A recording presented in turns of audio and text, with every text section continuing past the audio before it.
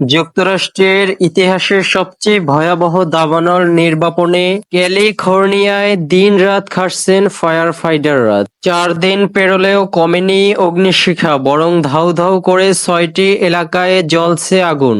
২৪ ঘন্টায় শুধু প্যারিসেরই পুড়ছে আরও ১,০০০ একর। সুখবর তো দূরের ব্যাপার, উল্টো পরিস্থিতি আরও খারাপ হওয়ার পূর্বাভাস দেওয়া হচ্ছে। দিক পরিবর্তন করে এখন কাউন্টির উত্তর-পূর্ব দিকেও ছড়াচ্ছে আগুন। ঝড়ো বাতাস আরও শুষ্ক আবহাওয়ার কারণে আরও ভয়ঙ্কর রূপ ধারণ করছে দাবানল।